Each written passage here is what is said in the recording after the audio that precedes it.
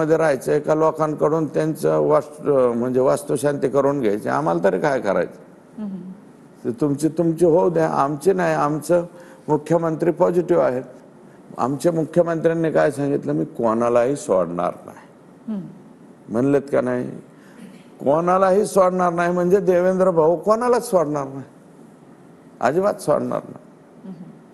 पवारांनी एक पत्र पाठवलेलं आहे, तर त्यामध्ये त्यांनी संरक्षणाची मागणी केली आहे.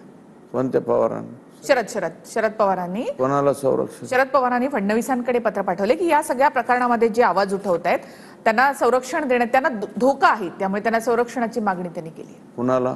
लोकप्रतिनिधी जे आवाज उठवत आहेत या सगळ्या प्रकरणासंदर्भात. मग तुमच्याविषयी सुद्धा असेल. गृह खात्याला वाटलं, आमच्या साहेबांना वाटलं तर देतील. पण तुम्हाला गरज आहे का? म्हणजे तुम्हाला असं वाटतं का की मला वाटत नाही, मला स्वतःला काय गरज आहे. नाही, इतरही जे आहेत तुमच्या बरोबर सगळेच आहेत.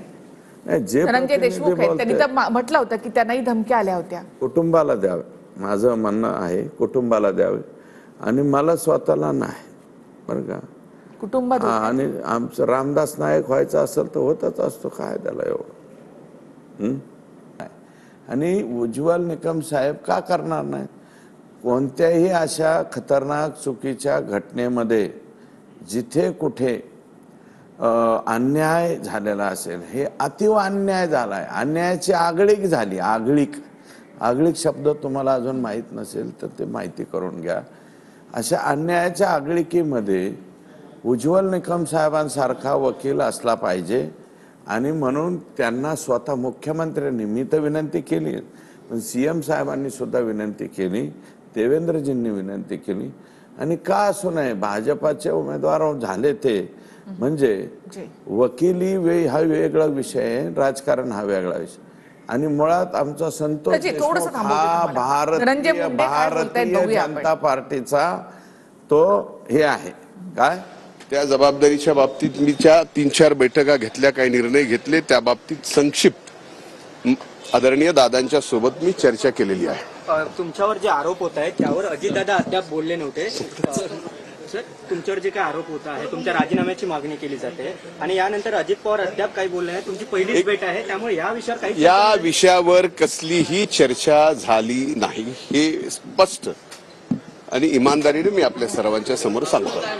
जे आरोप केले जात आहेत गंभीर, हे बघा, कोणी काय आरोप करावे हे लोकशाहीमध्ये ज्याला त्याला अधिकार दिलेले आहेत. मी कुणाकुणाचे तोंड धरणार आहे? माझं म्हणणं आहे की जे आरोप करतायत ते ज्या पक्षाचे आहेत त्यांच्या पक्षाच्या अध्यक्षांना आपण हा प्रश्न विचारावा. माननीय मतलब समजा ते महायुतीचे आमदार असतील तर महायुतीमध्ये ते भारतीय जनता पार्टीचे आमदार असतील तर त्यांनी सुद्धा त्याबाबत त्यांच्या पक्षाध्यक्षाला विचारावं, मुख्यमंत्र्याला विचारावं. एसआयटी मधले पण तुमच्या संबंधातले आहेत वाल्मिक करावटांच्या, अशा म्हणून नाही करण्यात यावं असं देखील म्हटलं जातं.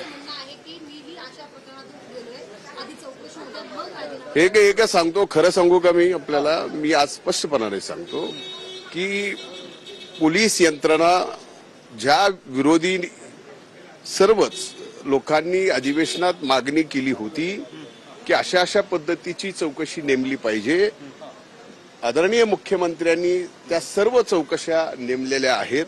त्या तपासामध्ये या ठिकाणी ज्या वेळेस माझ्याकडे संशयाने बघितलं जातं त्यावेळेस मी त्यावर काही बोलणं हे उचित नाही. आणि अतिशय व्यवस्थित तपास त्या ठिकाणी चालू आहे, तर तपास पूर्ण होऊ द्या. तपासानंतर ज्या काही गोष्टी समोर येतील त्या ठिकाणी एसआयटी नेमली आहे त्यातले अधिकारी आहेत ज्यांचा संबंध कराड यांच्याशी आहे, त्यांना निलंबित केलंय. बिलकुल नाही. एसआयटी सगळं फेक नेरेटिव्ह आहे. त्या नेरेशन मध्ये विनाकारण मीडिया ट्रायल करून एखाद्या व्यक्तीला किंवा ह्या सगळ्या गोष्टीला, जसं आदरणीय भुजबळ साहेबांनी सांगितलं, माझं म्हणणं आहे की ट्रायल कोर्टात होऊ द्या, तपास यंत्रणा काम करते. आपणच या ठिकाणी सर्व कराड यांच्याशी ज्यांचे संबंध आहेत त्या अधिकाऱ्यांना निलंबित केलं, याच अर्थाने ते मला माहित नाही. संबंध आहेत, मग धनंजय मुंडे यांचा देखील राजीनामा अशी मागणी विरोधक करत आहेत. बरं, आपल्याला हे पटतं का?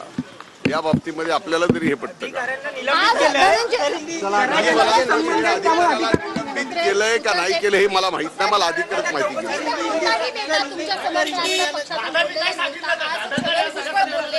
नाही. मी आपल्याला सांगितलं ना की या बाबतीत काहीही चर्चा झाली नाही. फक्त माझ्या विभागाच्या बाबतीत जबाबदारी घेतल्यानंतर माझी दादांची पहिली भेट होती. त्यामुळं खात्याच्या बाबतीत ज्या मी 3 बैठका घेतल्या त्या बैठकीमध्ये जे जे काही विषय समोर आले ते मी बोललो. थँक्यू.